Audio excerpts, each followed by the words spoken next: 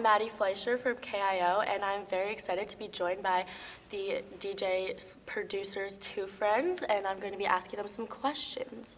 So my first question that I have is, can you tell us about how you both met and decided to form Two Friends, and what inspired the name Two Friends? Yes, so we were friends. Basically, we met in 7th grade, and just friends for 7th, 8th, 9th in high school.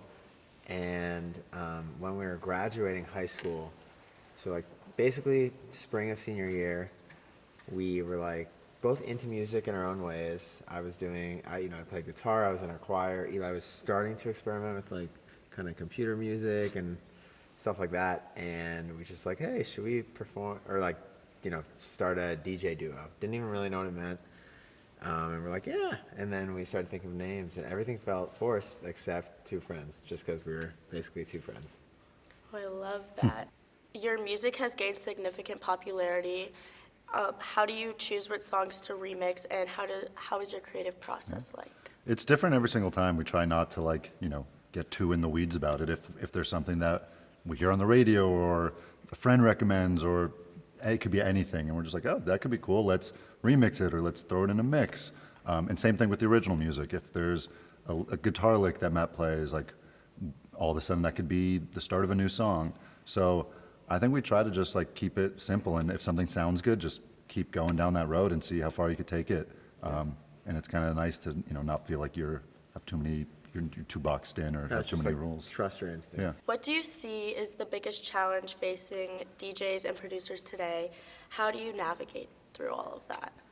I mean, I think the biggest thing is, and this is not only DJs, there obviously are more specifics towards the electronic music scene, but I think it's just the landscape changes so much that how to promote yourself and how to really pop as an artist can be different one year to the next.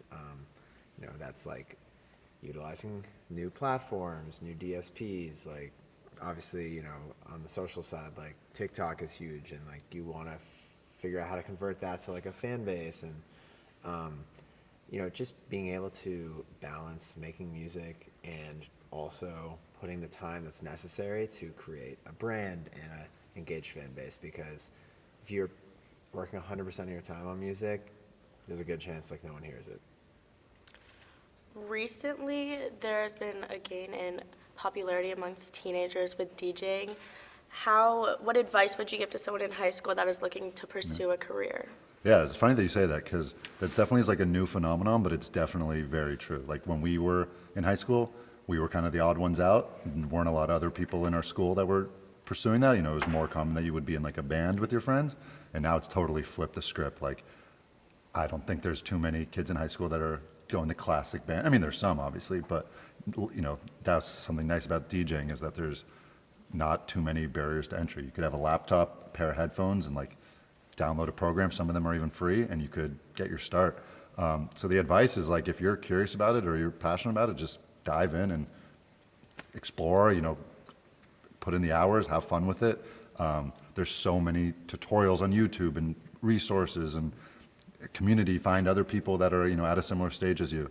So I think some people might think there are a lot of barriers to entry. There's really not, and you just gotta take the plunge. And that applies to the DJing side of things and the production side of things and the writing side of things, because to be a well-rounded musician, you kind of want all of them, because you don't just do one of those. Yeah.